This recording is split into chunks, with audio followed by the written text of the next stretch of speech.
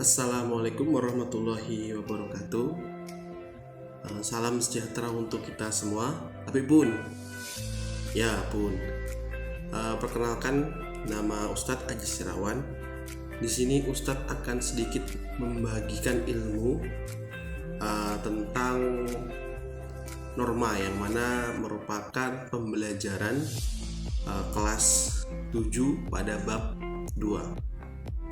Baik, sebelum kita memahami lebih dalam tentang norma, kita harus tahu dulu pengertian dari norma. Jadi, norma itu apa sih? Jadi, norma adalah merupakan kaidah atau aturan yang mengatur tata kelaku masyarakat. Norma sangat berkaitan dengan nilai karena norma adalah bentuk nyata dari nilai. Norma merupakan alat untuk mencapai tujuan yang diinginkan oleh nilai. Jadi itulah pengertian dari norma, yaitu sebuah kaidah atau aturan yang ada dalam masyarakat. Selanjutnya, norma-norma dalam masyarakat memiliki beberapa tujuan. Dalam hal ini dibagi menjadi 5 tujuan. Yang pertama, norma menciptakan ketertiban dan keamanan dalam kehidupan masyarakat. Yang kedua, mencegah terjadinya benturan di masyarakat. Yang ketiga, memberi petunjuk untuk atau pedoman. Yang keempat, sebagai dasar penyelesaian masalah. Dan yang terakhir, memenuhi rasa keadilan dan kepastian hukum. Selanjutnya, bagian 1, menciptakan ketertiban dan keamanan dalam kehidupan masyarakat. Saat berpergian menggunakan sepeda motor atau mobil, maka pengendara diwajibkan memiliki SIM atau surat izin mengemudi.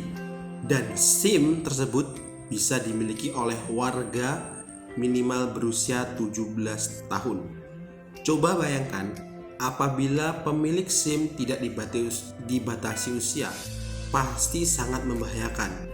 Contohnya seperti ada di gambar berikut.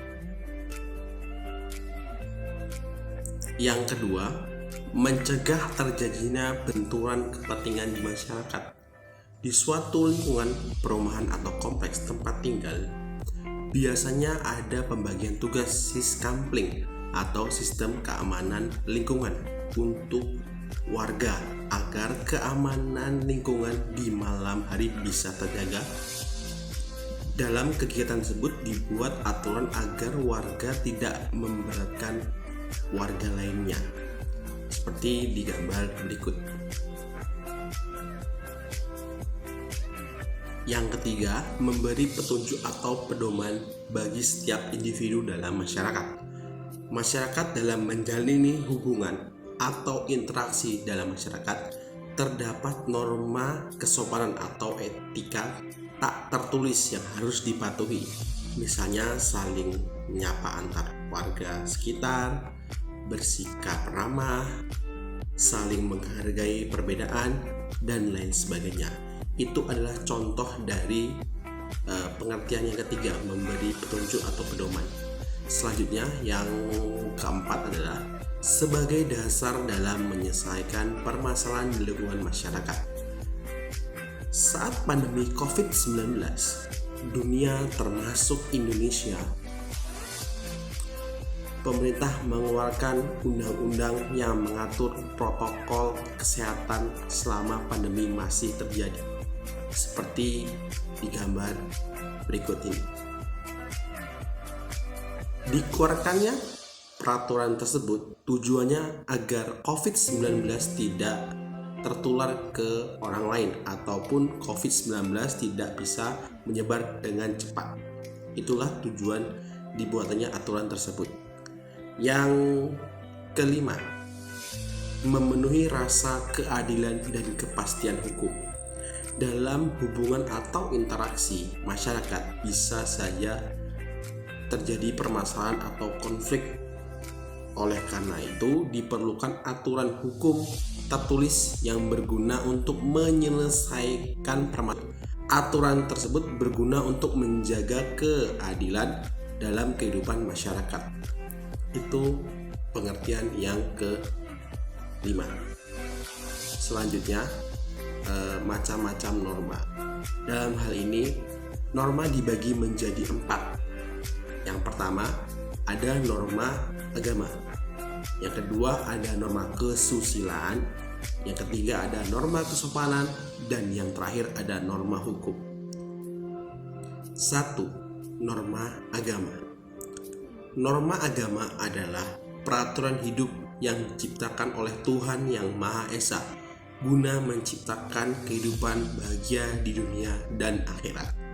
Peraturan hidup yang diciptakan ini harus diterima sebagai perintah, larangan-larangan, dan ajaran-ajaran yang berasal dari Tuhan.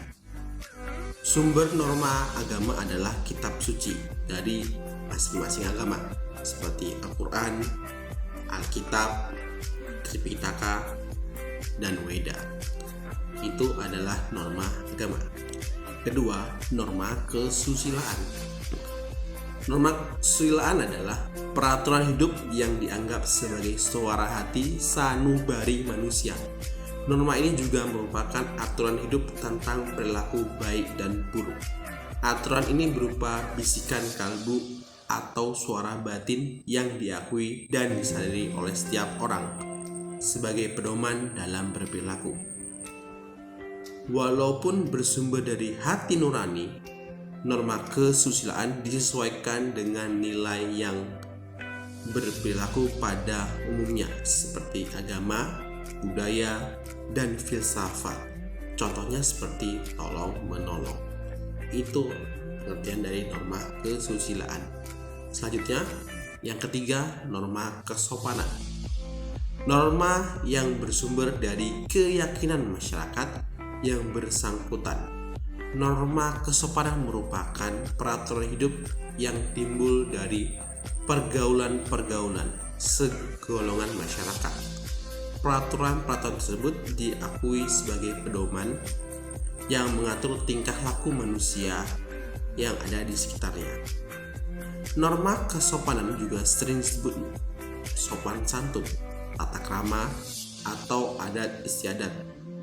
Contoh norma kesopanan yang berlaku dalam kehidupan masyarakat antara lain seperti berbicara perlahan terhadap orang yang tua, membalas sapaan orang tua, tidak boleh membuang air kecil sembarangan, dan lain sebagainya. Norma yang keempat, norma hukum. Norma hukum adalah peraturan hidup mengenai tingkah laku manusia dalam pergaulan masyarakat yang dibuat oleh badan resmi negara serta bersifat mengikat dan memaksa. Mengikat artinya berlaku untuk setiap orang, sedangkan memaksa artinya aturan-aturan dalam norma hukum harus dipatuhi dan ditaati oleh siapapun. Orang yang melanggar aturan-aturan yang berkaitan dengan norma hukum akan mendapatkan sanksi, bisa berupa denda ataupun kurungan serta penjara.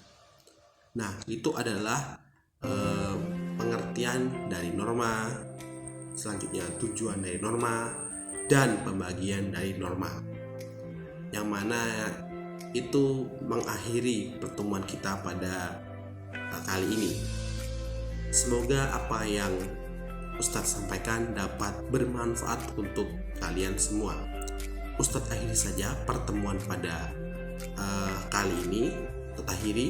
Wassalamualaikum warahmatullahi wabarakatuh.